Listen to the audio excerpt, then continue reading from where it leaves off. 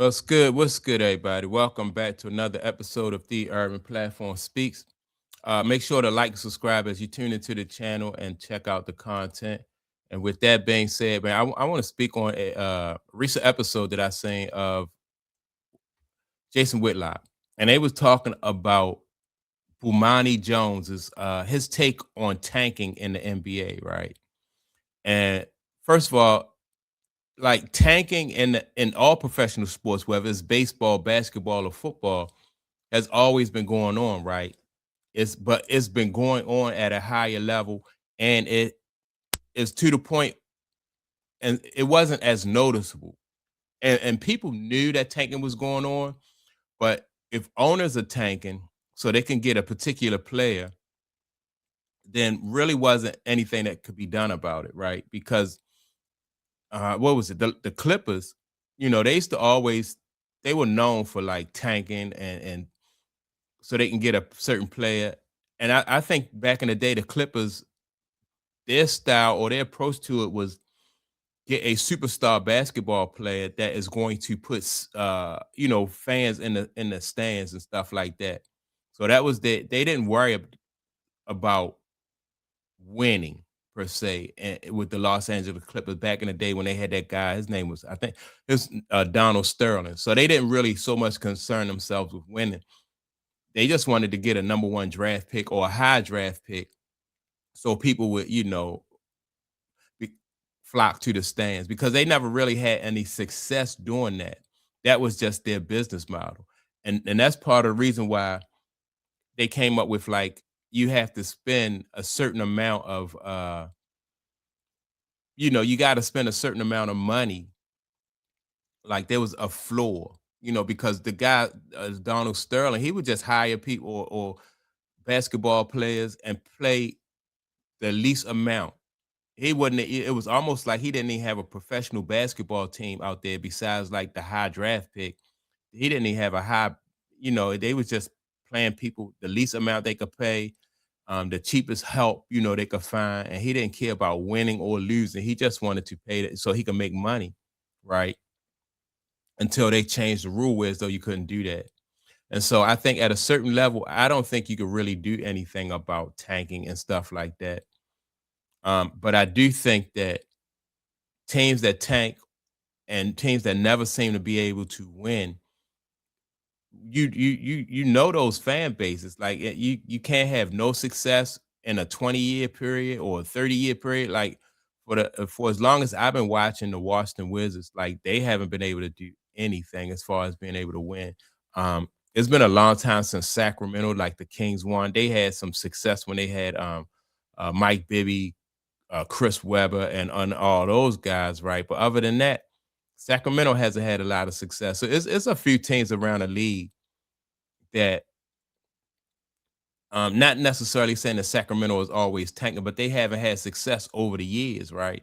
And then when they do have somebody that's good, the better teams in the league, the teams that want to win, they'll take them or they'll go sign with somebody else, right? It's almost like they're a farm team for them, just like same thing in baseball. So I don't know if there's a whole lot you can do as far as like stopping the owners from tanking.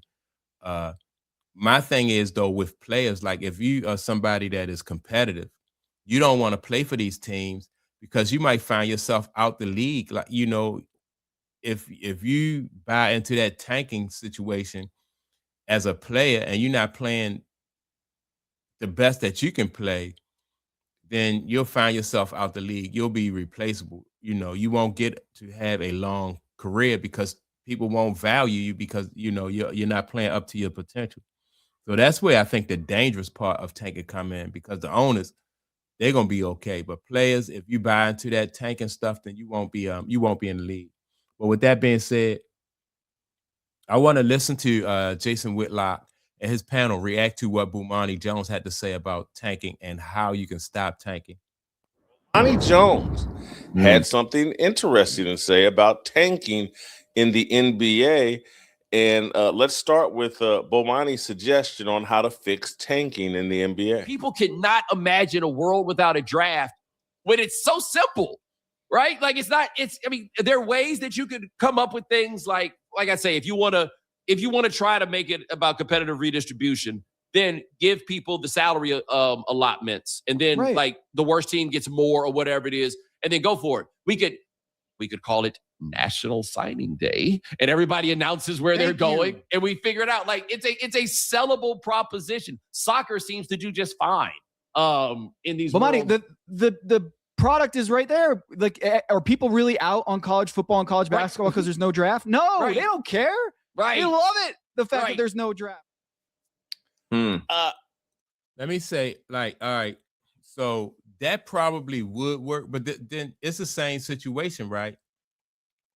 That wouldn't stop tanking, because if you look at college basketball, college football, when they have National Signing Day, then that means the teams with the better teams with the most money, like when you got the teams in Texas, and you know those teams in Texas got deep pockets, they always in the running. Those teams in the SEC with deep pockets, they always are in the running when it comes to football and stuff like that, right? Because that's where they spend their money at. So teams like that don't have the kind of deep pockets that those teams in the SEC and the teams in the South, they still won't be able to compete with them, you know. So you still have teams that are at the top when it comes to spending money. And it'll be the same thing in the NBA. If you have National Signing Day in the NBA, you're still going to have, you know, the teams in the large markets that can spend money. New York, Chicago, Los Angeles, Boston, you know, those teams will still be at the top because those teams are very marketable. And you know, if you did that in football, like the Cowboys, you know, the Cowboys, although they haven't been winning lately, but the Cowboys still would be able to spend money like that. That would be to the Cowboys' advantage if you had like a National Signing Day for the NFL, because you know that would be a win for the Patriots. That would be a win for the Steelers. You know, like the more popular teams in the league, those big market teams, that'd be a win for them. So it wouldn't necessarily, in my opinion, cure the problem or anything or solve the problem. It just would be a win for certain teams. Sounds good, but I'm not sure if it has. I don't know if I like this idea. Steve Kim, your thoughts? He's not the first one to suggest this particular measure. I mean, guys, people have been talking about the unfairness of the draft for years. Why are athletes at this level in those particular sports the only ones to go into a workforce or a workplace where they're forced or mandated to go somewhere? Everyone else, Jace, when you graduated from Ball State, you were free to work for any paper. I'm sure you didn't get the Washington Post and the New York Times fighting for you, but you were able to go to the paper of your choice that wanted to hire you, right? It wasn't like the LA Times. I went to the only newspaper willing to hire me for $5 an hour. You were a one-star writer. Let's not make you into a parade. I think the draft, though, for professional sports, it just adds more. You know, that's just another way to sell that sport. You know, basically, I don't think it's flawed, but it's just another way to sell that sport. Just like the, you know, what did they call it? The NFL Combine and stuff like that. You know, that just, you know, that just, you can market it like that. You know, that's just something else where you can sell it and market it. But I don't think it's a downfall or anything like that.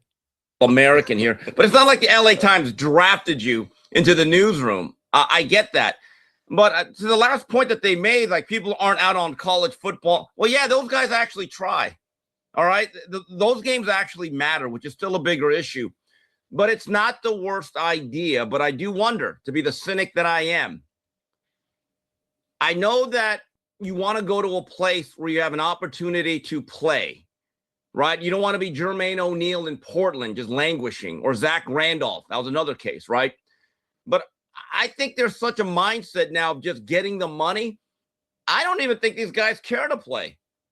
Think about it. In a league where load management is a thing, even if you're going to be the fourth or fifth forward on a team, as long as you get enough money and you're thinking, wait, and they're not going to even expect me to play 40 minutes, for them, it's a win-win. Scap. All right. Now, let me just say this about, like, when they talk about tanking and stuff like that. Like I said, with tanking, I just think that now that tanking is so popular now, the players are getting blamed for it. It wasn't the players who started tanking. The as far as the NBA is concerned, or any professional sport, players wanted to be out there, because if you wasn't out there, then your job was at risk, right? And that's why I say it started at the top with the like the owners wanted to tank so they can get a certain draft pick. The coach wanted to tank because, or not just tank, but just load management. When you think about load management, like the first person who really got noticed for load management was Greg Popovich, right? He wanted to save his big men for playoff runs. So now that players are participating, like the players now are getting blamed for tanking and load management when it wasn't them who started it. It wasn't the players. But what's going to happen is the players are going to be the ones who find themselves out of jobs and stuff like that, because now that the league is I think the league is making a shift, and it's getting back to being more competitive. When you think about how like I said, they just recently had a fight in Charlotte with the Charlotte Hornets and the Detroit Pistons, because you had one team that was dominating, pushing, like Detroit was pushing Charlotte around, and Charlotte,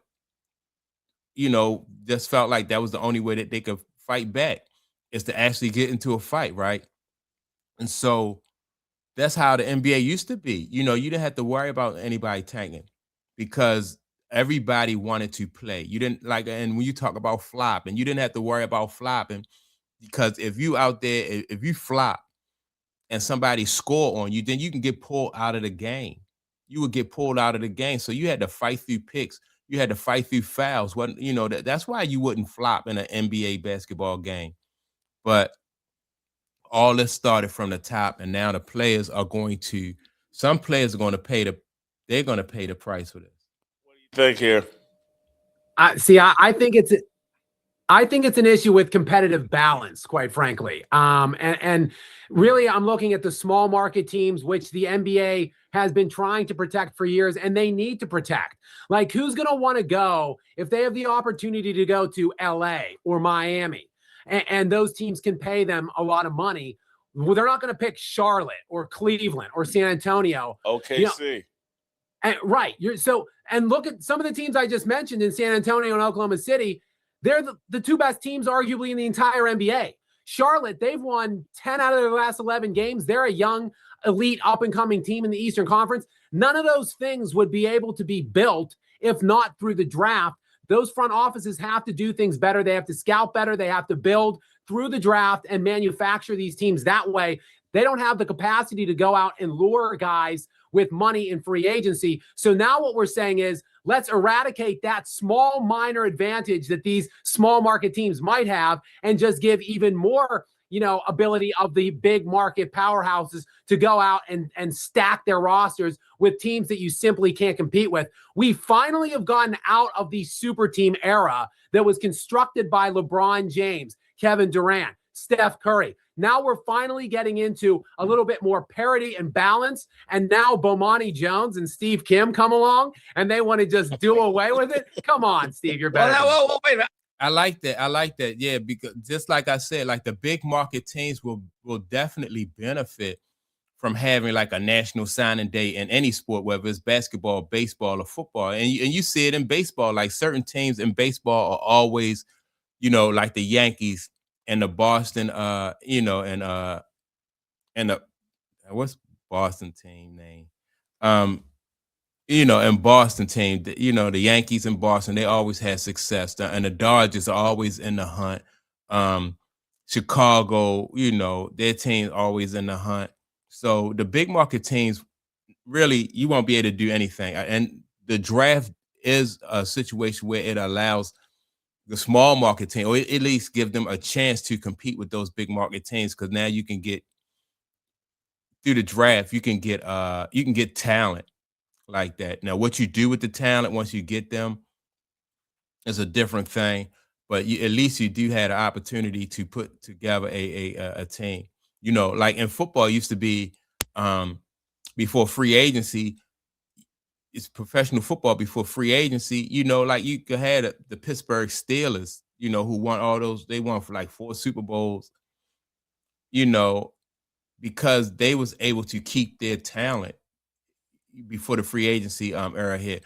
The San Francisco 49ers, like when they had all those guys, they was able to keep those guys because it wasn't as much moving around with the players and stuff like that. So yeah, I just think that though with this tanking and the load management and all this stuff right here, it just starts at the top, and now it's a situation where they're going to blame the players, and players who don't see the writing on the wall are going to get caught up in that, and they're going to be out of the league. So that's my take on it. Make sure to like, subscribe to the channel. Also, don't forget to leave a comment, and I'll check you all out in the next video. Peace.